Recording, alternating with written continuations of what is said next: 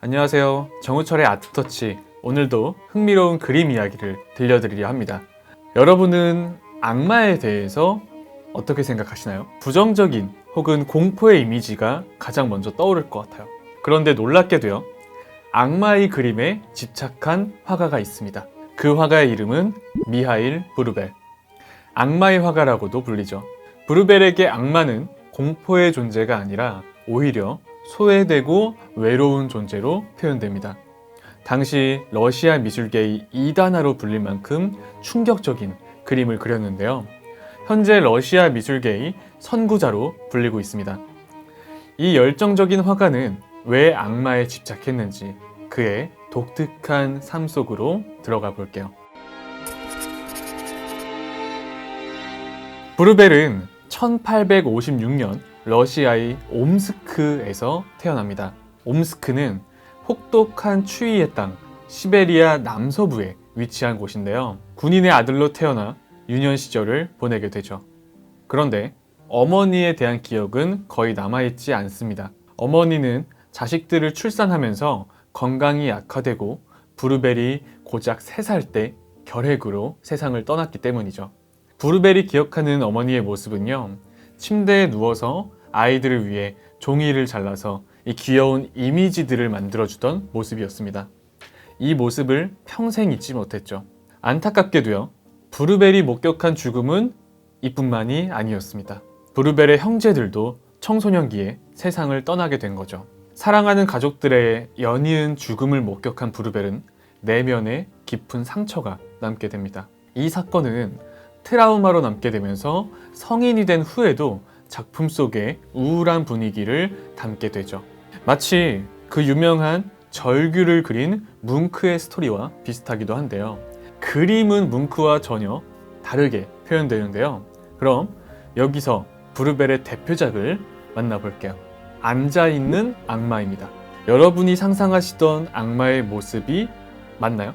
아마 아닌 분들이 대부분일 것 같아요. 저는 처음에 악마의 그림이라고 해서 굉장히 기괴하고 공포스러울 거라고 생각했는데요. 인간과 사랑에 빠진 악마에 대한 이야기였습니다. 눈을 보세요. 슬픔에 빠져서 무기력해 보이기까지 하죠. 악하고 공격적인 모습이 아니라 쓸쓸하고 우울함이 담긴 모습이었습니다. 마치 누군가를 그리워하는 것 같지 않나요? 본인의 마음속에 있는 그 우울한 감정이 표출되는 것 같은데요. 현재 외로움을 느끼는 분들이라면 자신의 모습이 보일 수도 있을 것 같아요. 당시 대중들은 이런 악마의 모습을 이해하기 매우 어려웠습니다. 매력을 알아본 극소수의 사람들만이 극찬을 했고, 대부분의 비평가들은 악마를 왜 이렇게 표현하냐, 추하다며 비난을 했죠. 이 그림의 호불호는 악마의 눈빛에서 많이 갈리는데요. 눈빛이 쓸쓸한 게 마음에 든다 하시는 분들이 있고, 눈빛이 악마인데 왜 저러냐 하고 굉장히 안 좋게 보는 분들이 있죠. 여러분들은 어떠신가요? 이 작품이 악마 그림의 시작이었습니다. 배경을 보시겠어요? 굉장히 독특하죠? 마치 주변의 모든 것들이 돌로 변한 것 같지 않나요? 브루벨의 작품 속 주변 자연들은요, 마치 암석, 돌같이 표현되는 게 특징입니다. 미술학교에 다니던 시절에 수도원 벽화 복원 작업에 투입되는데요. 이 작업 중에 먼 과거의 비잔틴 예술의 매력을 발견하게 되죠. 그리고 그 매력을 자신만의 방식으로 표현하는데, 중세 비잔틴 미술은요, 당시 원근법이 나타나기 전이기 때문에 굉장히 평면적이고 배경을 화려하게 장식하는 게 특징이었습니다. 그 영향으로 브루벨의 작품에는 비잔틴 예술의 특징이 담기게 된 거죠. 평면적이고 화려하지만 마치 단단한 돌처럼 보이는 스타일의 탄생은 먼 과거에서 왔다고 볼 수 있죠. 또 하나의 대표작, 의기소침한 악마를 보여드릴 건데요. 그림을 보시면 아마 어떤 모습인지 잘 안 보일 것 같아요. 자세히 보시면 공중에서 떨어진 악마가 산자락에 누워 있습니다. 목이 꺾인 것처럼 표현되어 있고요. 상실감, 공허함이 느껴지죠. 고통받고 버려진 악마의 모습이었습니다. 이후에도 그의 악마의 그림들은 계속해서 탄생합니다. 그런데 문제가 있었습니다. 악마의 그림들은 당시 판매가 잘 이루어지지 않았는데요. 대중들이 좋아하지 않으니까 판매가 돼야 하는 그림을 그려야 했습니다. 그리고 그림을 그리는 의미를 놓치게 되죠. 남들의 비위를 맞춰줘야 했기 때문에. 노동시간은 급격하게 증가하는데 처음으로 우울증 증상을 경험하게 되고 건강이 조금씩 악화되게 되죠. 그림에 집착을 보이면서 불면증에 시달렸고 불안감이 커지게 됩니다. 그 불안감에도 불구하고 계속해서 그림을 그렸고 주변 친구들의 도움으로 대중들에게 자신의 예술을 증명할 기회가 생기죠.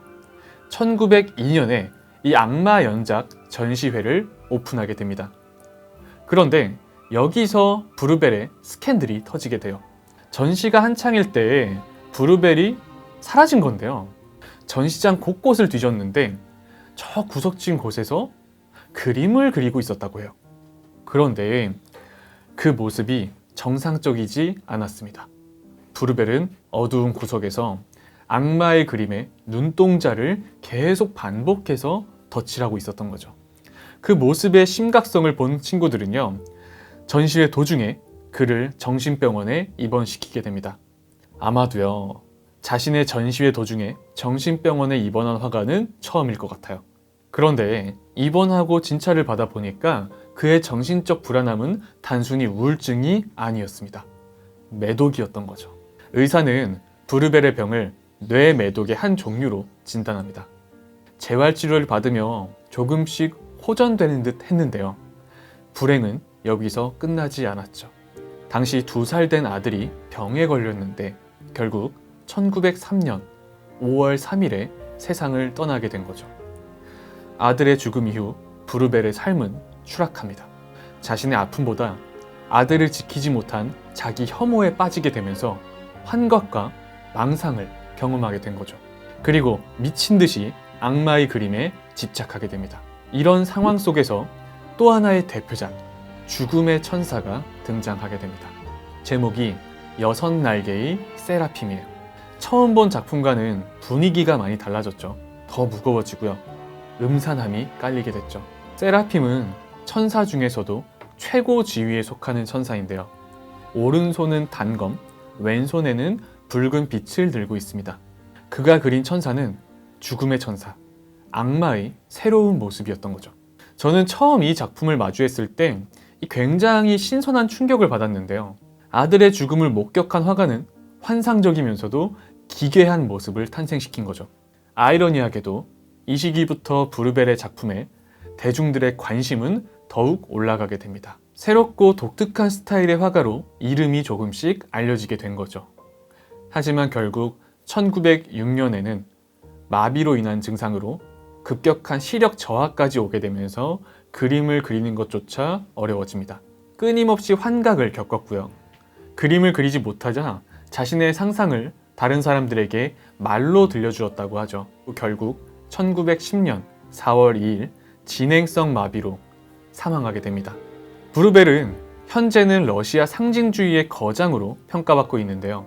어린 시절 가족의 죽음, 외로움, 매독, 아들의 죽음은 브루벨의 삶을 고통에 빠지게 했지만 아이러니하게도 그로 인해 그만의 독특한 예술이 탄생하게 된 거죠.